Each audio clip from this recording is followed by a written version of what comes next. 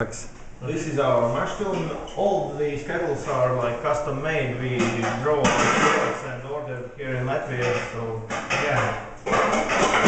So actually, this height to length ratio. This is what they use in monasteries. The lower it is, the wider it is, kind of like. And you also don't have really high ceilings in here. Yeah.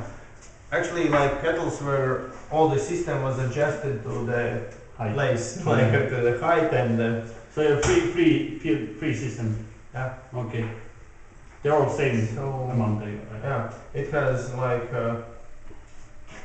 double walls and little bit water is inside, so we heat the water till steam and then it warms around all day. Okay. What about like? I mean, you said you don't care much about efficiency, but heat and stuff coming. No, it's like here is some. Okay. Don't know. So this is more like loutering. Yeah, it's all of them are insulated. You can see here from the yeah, insulation around them, but it still gets fairly hot here on a boil day. yeah, it's about 50 degrees here. It's like Florida. But, it's humid, 50 degrees, like Yeah. you go to It's southern like Florida. the jungle. Yeah. Okay. You don't need to go to Turkey, so. All right. Let's keep going. Yeah.